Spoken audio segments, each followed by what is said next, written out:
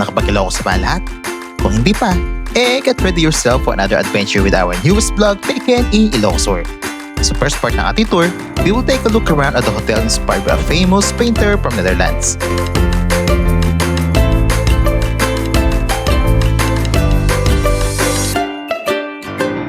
At manananghalian tayo sa isang restaurant kung saan tampok ang nakakamangha nitong disenyo.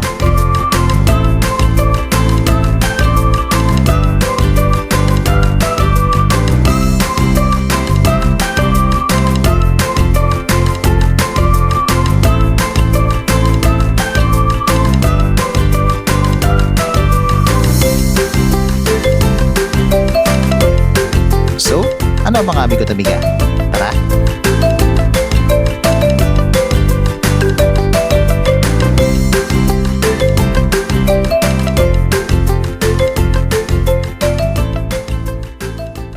Hey guys! Good morning! Yeah! Another day, another vlog. We're here again at La Union, our Ilocos trip. Kaka-exit lang natin ng T-Flex. Napakahaba talaga ng T-Flex.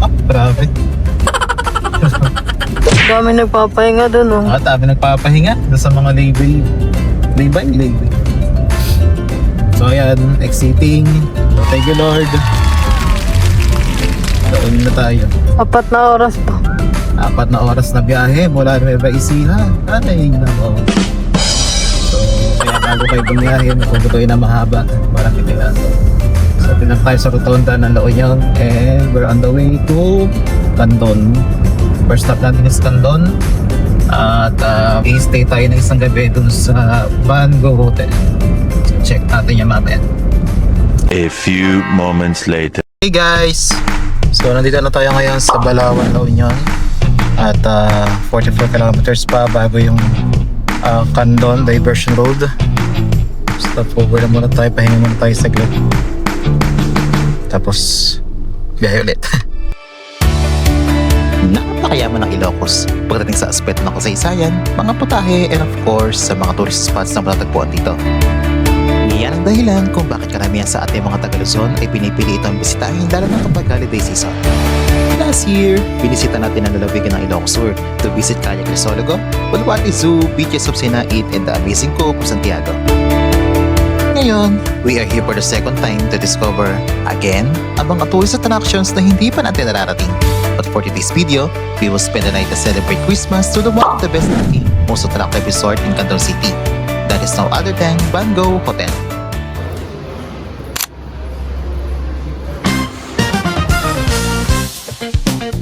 Chandelier, wall portraits, stone displays, talagang exceptional. Tara naman sa kanilang room.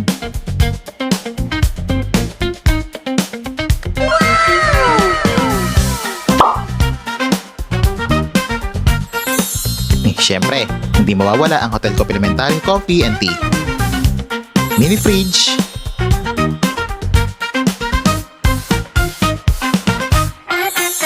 Queen size beds na para pang hinihila na ako matulog. Siyempre, flat screen TV. Dressing table. At coffee chairs and table. Ano sa inyo mga amigo? Ganda no? How about their bathroom? Aesthetic din ang design, perfect for Instagram pictures. Siyempre, toiletries. And there's your toilet. And here's their glass shower. Siyempre, fresh towels. And of course, your shampoos and conditioner.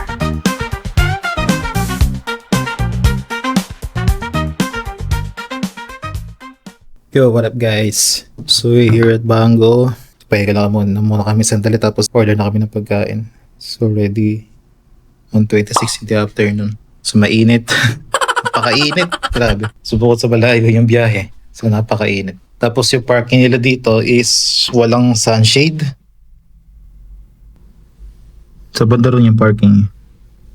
Ano siya? tawag dito, mainit. Inaalala ko yung mga gamit namin doon, baka magsisabog pati mga sobrang. Order na kami ng room service, pagkain sa room service. Tapos maya-maya, nagpa-reserve kami ng dinner buffet, Christmas dinner. So, check natin mamaya. Kita-kits mga amiga. Bye for now. Hey guys, so update. So after 30 minutes, dumating na yung food natin. So ito. Yan. That's chop suey, Bistik Tagalog, and fruit shakes. Ganda. Diba? Ang sweet view. Sweet view. Kain muna tayo. So hindi na siya maganda mayaw sa gusto niyang gawin. Malit lang sa mesa, ang lalaki ng plato eh. Wait.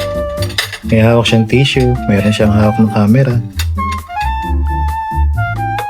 Kaya mo ka-busy yan, ang ating amiga. After kumain ng lunch, power nap na tayo mga amiga. Tapos kita-kits mamaya sa dinner buffet. Hey guys, good evening. So time check, it's already 6:55 in the evening. Nag-ready lang kami tapos pupunta na kami ng restaurant for the Christmas dinner. Paskong Pasko eh. Kita-kits tayo na mamaya. Yo, what up guys? So, I can say that this is the best looking hotel we visited so far. So, ang kumikinang nitong disenyo ay masasabi naman talagang world class. For our Christmas dinner tonight, we got these dishes for mains.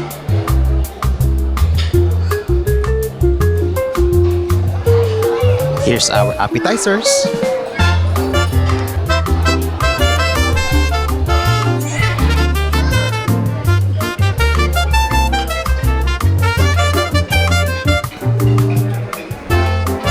And here's our roasted meat section. Of course, dinner incomplete without the desserts. Oh, hinay-hinay lang sugar. So here's the Christmas dinner buffet. Dami tao. Everyone may avail this Christmas dinner buffet for 1,299 per head. Pa-souvenir. 299. Hindi pa daw naka 1,299. 299 pa lang daw yung nakakain niya. Yung dessert.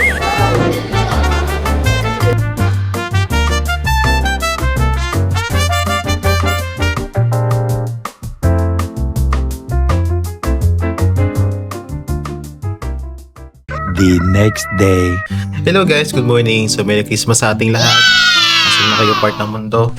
So dito sa Van Gogh Hotel, hindi na kami nakapag-vlog kagabi. Pagkatapos namin kumain, nag-picture tapos dumiretso na kami dito sa hotel para matulog. And then, mamaya, may breakfast buffet, puro kain tayo dito sa vlog natin na to.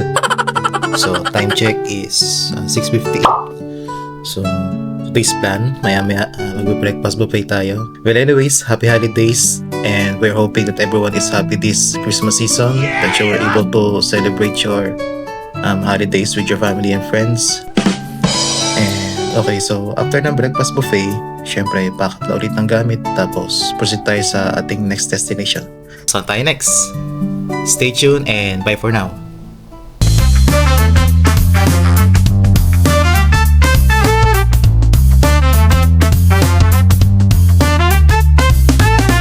Before we head to our next destination, let me tour yung mga amigos sa paligid nitong resort. While walking, hindi ko mapigilan isipin kung bakit tinawag ng Van Gogh itong hotel. Siguro, fan ang may-ari nito ng sikat na pintor na si Vincent Van Gogh. And speaking of Vincent Van Gogh, siya ay isang pintor mula sa Netherlands na sumikat lamang na siya ay pumanaw. Nakagawa lang naman siya ng mahigit 2,000 mga artworks at maniwala kayo sa hindi, ubod ito ng pagkamahal-mahal. Katulad ng isa sa kanyang pinakasikat na obra na Starry Night na kung ibebenta sa merkado, maaaring mabot ng 100 million hanggang 1.5 billion dollars ang estimated price nito. Taliwas nung siya ay nabubuhay, nakapagbenta lamang ito ng isang art. Pero ngayon, pinag-aagawan ng kanyang obra kapalit ng malaking halaga.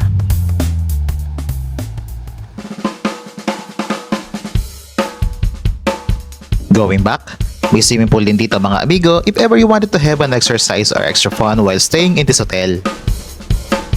Children's pool lamang ito pero kahit mga adults ay maaari magtampisaw with its depth of 4 to 4.5 feet.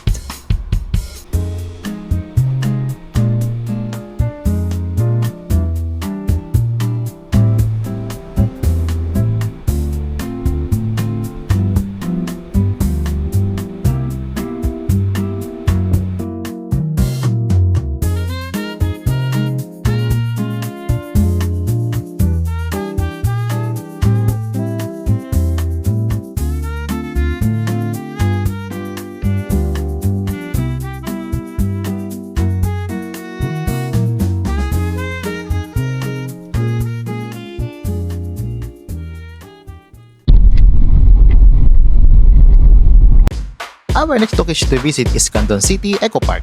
Dahan-dahan lamang ang pagmamaneho dito sapagkat matitindi ang mga palusong at medyo matarik ang mga paahon.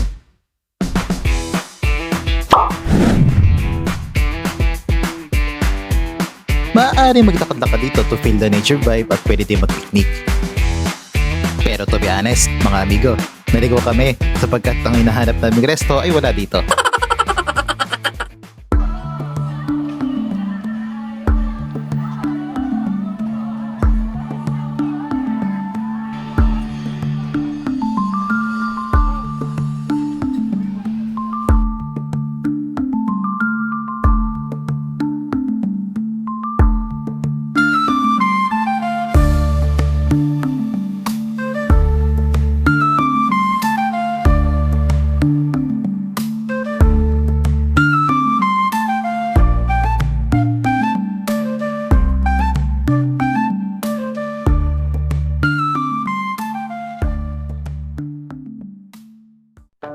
Welcome to Kusina Kabakiran. Ang kabakiran na isang Ilocano term na ang ibig sabihin sa Tagalog ay kagubatan or forest sa salitang Ingles. Kung napanood niyo yung huling vlog namin sa Ilocos Sur last year, ay may kaunting resemblance itong Kusina Kabakiran sa Aluminac ng Santiago pagdating sa mga ornamentals na nakadisplay dito.